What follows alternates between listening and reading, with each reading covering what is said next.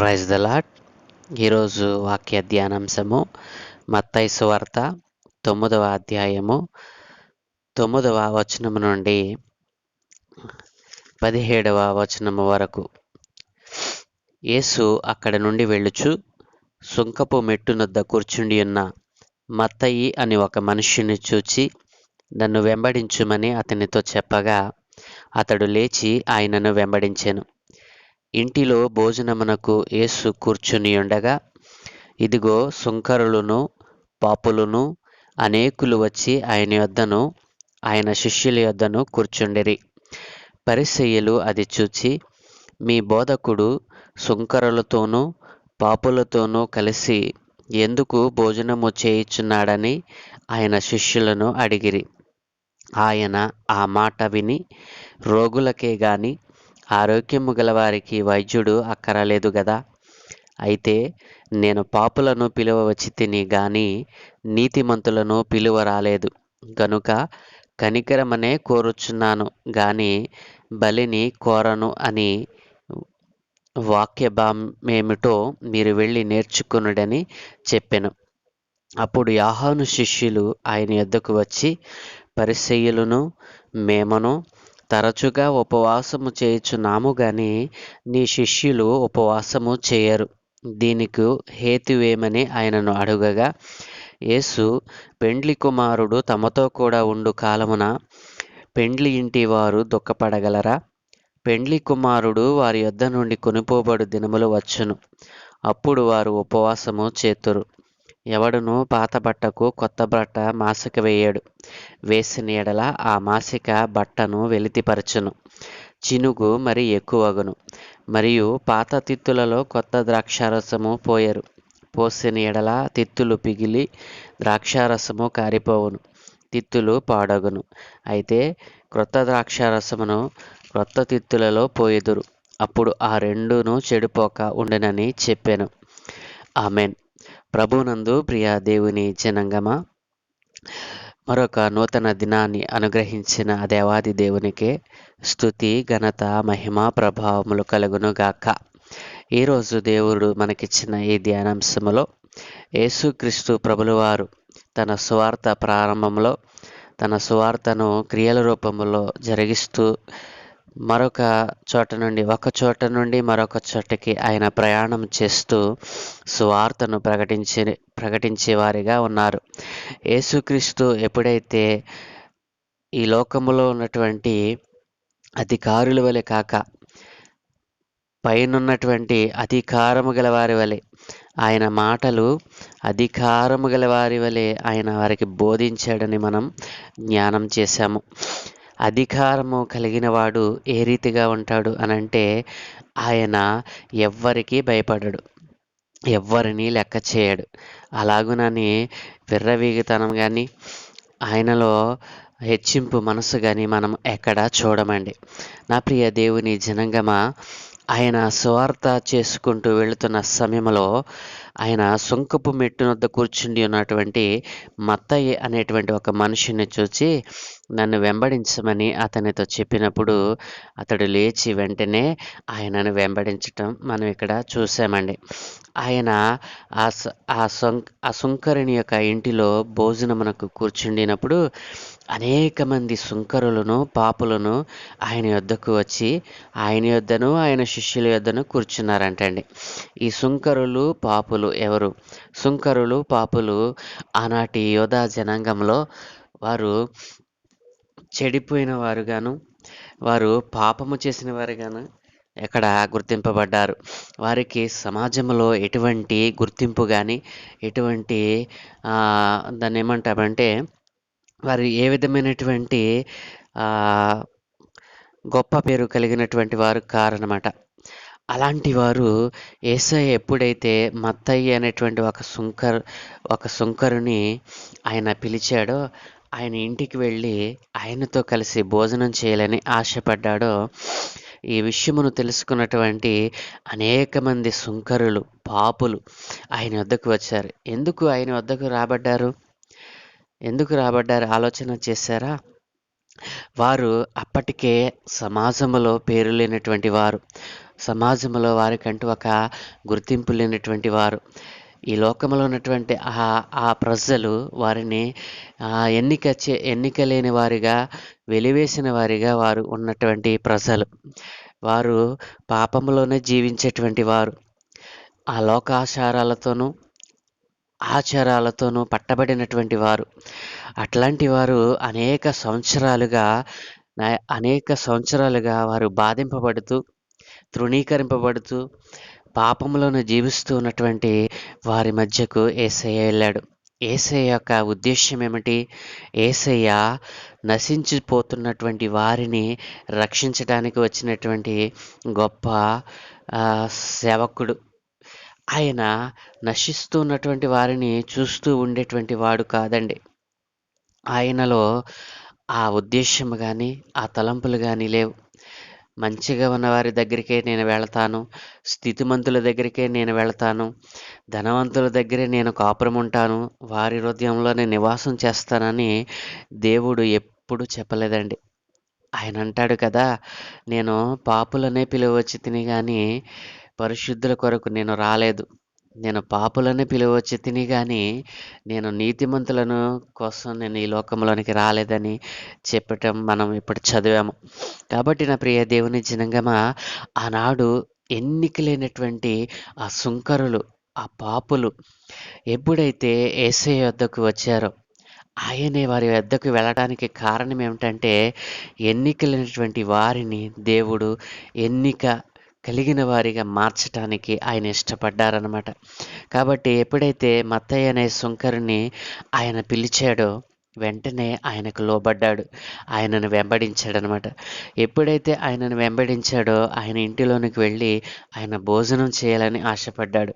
ఆ ప్రియ దేవుని జనాంగమా, ఎన్నిక లేని వారిగా ఈ రోజున ఎవరైనా పిలువబడుతున్నారా? నాకు గుర్తింపు లేదు, నన్నెవరూ గుర్తించటం లేదు అని ఒకవేళ నీవు దిగులుతో ఉన్నావా? యేసయ్య అనేటువంటి ఒక రక్షకుడు, యేసయ్య అనేటువంటి ఒక పరిశుద్ధుడు, యేసయ్య అనేటువంటి ఒక స్థితిమంతుడు నీతో కలిసి భోజనం చేయాలని ఆశపడుతూ ఉన్నాడు. కాబట్టి నా ప్రియ దేవుని జనాంగమా, నీవు ఏ రీతిగా ఆలోచన కలిగి ఉన్నావు? నీ పొరుగువాని పట్ల నీ పరిస్థితి ఏమిటి? నీ పొరుగువానిని ఏ రీతిగా చూస్తూ ఉన్నావు? నీకంటే ధనములోనూ, స్థితిలోనూ తక్కువగా ఉన్న వారిని నీవు వారిని చూస్తున్నావు? ఒక్కసారి ఆలోచన చేయి. సాక్షాత్తు పరలోకం నుండి దిగి వచ్చినటువంటి దేవుడే అందరినీ ప్రేమించే మనస్సు కలిగి ఉన్నప్పుడు, రక్షింపబడినటువంటి నీవు ఆ మనస్సును ఎందుకు కలిగి ఉండటం లేదు? నీ పొరుగువాని పట్ల నీ భావం ఏమిటి? నీ పొరుగువానిని ఏ రీతిగా నీ మనస్సునందు నీవు వారిని చూస్తున్నావు అని దేవుడు నిన్ను అడుగుచూ ఉన్నాడు. యేసయ్య ఆనాటి సుంకరులను, పాపులను ప్రేమించి వారితో కలిసి భోజనం చేయటానికి ఇష్టపడ్డాడు. కాబట్టి నా ప్రియ దేవుని జనాంగమా, ఈ లోకపు ధనము గతించిపోవును అని దేవుడు చెప్పాడు. ఈ లోకంలో ఉన్నది ఏది కూడా నీతో రాదు అని దేవుడు చెప్పాడు. ఇన్ని విన్నటువంటి నీవు నీకంటే తక్కువ వారిని ఎందుకు నీవు ప్రేమించలేని వాడిగా ఉన్నావు? నీకంటే ధనములోనూ, స్థితిలోనూ తక్కువగా ఉన్న వారిని ఎందుకు నీవు ప్రేమించలేని వాడిగా, వారిని ఆదరించలేని వాడిగా, వారిని కనికరించలేని వాడిగా ఉన్నావు? దేవుడు ఎప్పుడైతే ఆయన సుంకరులతోనూ, ఎన్నిక లేని వారితోనూ కలిసి భోజనం చేస్తూ ఉన్నాడో, అక్కడున్నటువంటి ఆనాటి పరిసయ్యులు దేవుని వాక్యమును, దేవుని ధర్మశాస్త్రమును చదివి దానిని మేము పాటిస్తున్నామని విర్రవీగేటువంటి పరిసయ్యులు ఆయనను చూచి ఆయనతో డైరెక్ట్గా మాట్లాడటానికి ధైర్యం చాలక ఏమన్నారో తెలుసా? పరిసయ్యులు అది చూచి, మీ బోధకుడు సుంకరులతోనూ, పాపులతోనూ కలిసి ఎందుకు భోజనం చేయుచున్నాడని ఆయన శిష్యులను అడిగారనమాట. వెంటనే ఆ మాట తెలుసుకున్నటువంటి యేసయ్య ఏమన్నారో తెలుసా? యేసయ్య ఆ మాట విని, రోగులకే కానీ ఆరోగ్యము గల వారికి వైద్యుడు అక్కరలేదు కదా. ఏమన్నారండి? రోగికే కానీ ఆరోగ్యం గలవాడికి వైద్యుడు ఎందుకండి అని దేవుడు అక్కడ వారిని గద్దించడం చూసాము. నిజమే కదా. అనారోగ్యంగా ఉన్నప్పుడే కదా మనం వైద్యుని దగ్గరికి వెళ్తాం. అనారోగ్యం లేకుండా ఆరోగ్యంగా ఉండి మనం వైద్యుడి దగ్గరికి వెళితే వైద్యుడు ఏమని వైద్యం చేస్తాడు? ఆయన మనల్ని ఎలా బాగు చేస్తాడు? చేయలేడు కదా! "నీవు ఆరోగ్యంగా ఉన్నావు కదా! నువ్వు పిచ్చోడివా? మెంటలోడివా?" అని చెప్పి ఆ వైద్యుడు ఏ వైద్యమును మనకు చేయడు. కాబట్టి నా ప్రియ దేవుని జనాంగమా, ఆరోగ్యము గల వారికి వైద్యుడు అక్కరలేనట్లుగా, అనారోగ్యము గల వారికే వైద్యుడు అవసరమే అన్నట్లుగా నేను నేను పాపులను పిలువవచ్చితిని గాని నీతిమంతులను పిలువ రాలేదని ఆ పరిసయ్యులతో ఆయన చెప్పినట్లుగా మనం చూస్తా ఉన్నాం. వెంటనే ఎప్పుడైతే యేసయ్య ఈ మాట చెప్పాడో పరిసయ్యులు నోరు ముడుసుకొని కూర్చున్నట్లుగా మనం చూస్తున్నాము. కాబట్టి యేసయ్య పాపులను పిలువటానికే నేను వచ్చానని చెప్పాడు. కాబట్టి నా ప్రియ దేవుని జనాంగమా, ఈ రోజున రక్షింపబడకుండా ఉన్నటువంటి నీవు నీకంటే నీకంటే స్థితిలోను, నీకంటే ధనములోను, నీకంటే నీ పరిస్థితుల కంటే దిగజారి బ్రతుకుచున్నటువంటి ప్రజలు అనేక మంది ఈ లోకంలో ఉన్నారు. బేదలైన వారు, మరి ఏ గోడు లేనటువంటి వారు నీకు తరచుగా కనబడుతూ ఉంటారు. అట్లాంటి వారిని ప్రేమించలేని వాడిగా నీవున్నావా? యేసయ్య నీతోనే మాట్లాడుతున్నాడు. అలాంటి వారిని ప్రేమించినటువంటి యేసయ్య మనస్సు నీవును కలిగి ఉండాలని ఆశపడుతున్నాడు. ఆయన సుంకరులను, పాపులను, ఎన్నిక లేని వారిని ఆయన ఎన్నికైన వారిగా మార్చుటకు ఇష్టపడ్డాడు. వారితో కలిసి భోజనం చేయడానికి ఇష్టపడ్డాడు. పాపులను ప్రేమించడానికి నేను వచ్చానని చెప్పాడు. కాబట్టి నా ప్రియ దేవుని జనాంగమా, ఆనాటి యోధా జనాంగములో ఉన్నటువంటి మరి పేరు గడించినటువంటి పరిసయ్యులు ఆ పనిని చేయలేకపోయారు. వారు దాని నిమిత్తమే వారు నియమింపబడిరి కానీ వారిని ప్రేమించలేని వారిగా వారు ఉన్నారు. వారికంటే తక్కువ వారిని వారికంటే ఈ లోకంలో వెలివేయబడిన వారిని ప్రేమించలేని వారిగా ఉన్నప్పుడు యేసయ్య వారికి మాదిరి చూపుటకు ఆయన మనిషి రూపంలో ఈ లోకంలో జీవించినప్పుడు మాదిరిని చూపి వెళ్ళారండి. కాబట్టి నా ప్రియ దేవుని జనాంగమా, నీకంటే తక్కువ వారిని తక్కువగా చేసి మాట్లాడుతూ ఉన్నావా? వారిని తక్కువ చేసి నీవు ఎదుటి వారి పట్ల చూపుతున్నావా? యేసయ్య కలిగినటువంటి ఆ మనస్సును నీవు కలిగి ఉండాలని ఈ రోజున యేసయ్య ఆశపడుతూ ఉన్నాడు. అలాంటి మనస్సు కావాలని ఇష్టపడితే ఈరోజే ఒక చిన్న ప్రార్థన నీవు చేయి.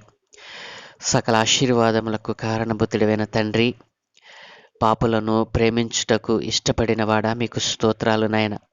అయా, ఆనాడు నైనా ఎన్నికలేని వారిని, నైనా తృణీకరింపబడిన వారిని, ఇదిగో నైనా నశించిపోతున్న వారి కొరకే నీవు పరమున వేడి ఈ లోకానికి వచ్చిన దేవుడవని అయా, ఇదిగో నీ వాక్యములో నీవు రాయించవనైనా అయా, నీవు ఏ రీతిగా జీవించావో ఆ రీతిగా నీవు బ్రతకమని మాకు నాయన మాదిరి చూపి వెళ్ళావు.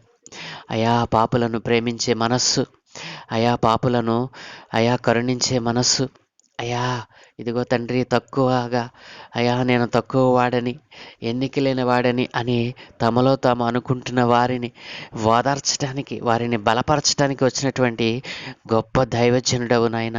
అయా, అలాంటి మనస్సు ఈ రోజున నాయన మాలో లేదు తండ్రి. అలాంటి మనస్సు మాలో లేక అయా ఇదిగో తండ్రి మాకంటే చిన్నవారిని, అయా ఎన్నికలేని వారిని మేము తృణీకరిస్తూ ఉన్నాము నాయన. అయితే ఈ రోజున నీవు మాకు సెలవిచ్చిన ఈ మాటలను బట్టి నీకు స్తోత్రాలు చెల్లిస్తూ ఉన్నాను. అయా ఇదిగో తండ్రి, ఇంతవరకు మేము ఎందరినైతే నాయన ఎన్నికలేని వారిని మేము తృణీకరించాము, అయా అవసరతలు ఉన్న వారిని మేము కనికరించగా వారిని మీద మేము అయా ఇదిగో కఠినముగా మాట్లాడాము తండ్రి. అయా ఇదిగో మీరు మాకు తెలియచేసిన అయా ఈ రోజున మీరు మాకు తెలియచేసిన ఈ మాటలను బట్టి నాయన మా హృదయములను తండ్రి మీకు సమర్పిస్తూ అయా అలాంటి కఠిన హృదయమును మాలో నుండి తీసివేసుకొని నైనా ఇదిగో తండ్రి నీవు సెలవిచ్చినట్లుగా నీవు కలిగినటువంటి ఆ మనస్సును మేము కలిగి బ్రతకడానికి కృప చూపమని అయా ఇదిగో తండ్రి ఎన్నికలేని వారిని ఎన్నికైన వారిగా మార్చుటకు నీ మాటలను వారికి తెలియచేసి వారిని ప్రేమించి అయా వారితో మేము కలిసి జీవించే భాగ్యం అనుగ్రహించమని అయా ఈ లోకములో తండ్రి ఇదిగో తండ్రి వెలివేసిన వారిగా అయా అంటరానితనముగా ఒకవేళ మా బ్రతుకులు మేము బ్రతుకుచున్నామేమో, మా పొరుగువారి పట్ల మేము అలాంటి స్థితిని, అలాంటి మనస్సును కలిగి ఉన్నామేమో తండ్రి. అయా, నీవు కలిగి ఉన్నటువంటి మనస్సును, అందరినీ ప్రేమించేటువంటి మనస్సును మేము కలిగి బ్రతకడానికి కృప చూపమని, అయా నీ వాక్యము ద్వారా అయా బలపరచబడినటువంటి నీ బిడ్డలు అనేకులునైనా ఈ రోజున అయా వారికంటే తక్కువ వారిని, అయా ఈ లోకంలో ఉన్నటువంటి తన పొరుగు వారిని ప్రేమించేటువంటి మనస్సును అనుగ్రహించమని అడుగుచున్నాను. ఇదిగో పాపులను పరిశుద్ధులుగా మార్చేటువంటి వాక్యమును అయా, ఇదిగో నీ వాక్యము ఎరిగిన వారికి బోధించి వారిని నీ మార్గంలోనికి అయా, వారిని కూడా నీ మార్గంలోనికి నడిపించేటువంటి ఆలోచన పుట్టించమని, ఈ స్వార్థ పనుల అనేకులను నాయన పాలిభాగస్తులుగా చేయమని, ఈ ఉదయమున మరి మాకు ఇచ్చిన ఈ సమయమును బట్టి మీకు స్తుతులు చెల్లిస్తూ అయా, ఈరోజు మేము చేయ పనులన్నిటి మీద మీ కాపుదల కనుదృష్టి ఉంచమని, ఈరోజు మా ప్రయాణములను ప్రయత్నములను సమస్తమును దీవించమని నజరేయుడైన యేసుక్రీస్తు ప్రభుల వారి దివ్య నామమున ప్రార్థించి వేడుకుంటూ నాము తండ్రి. Amen, amen, amen.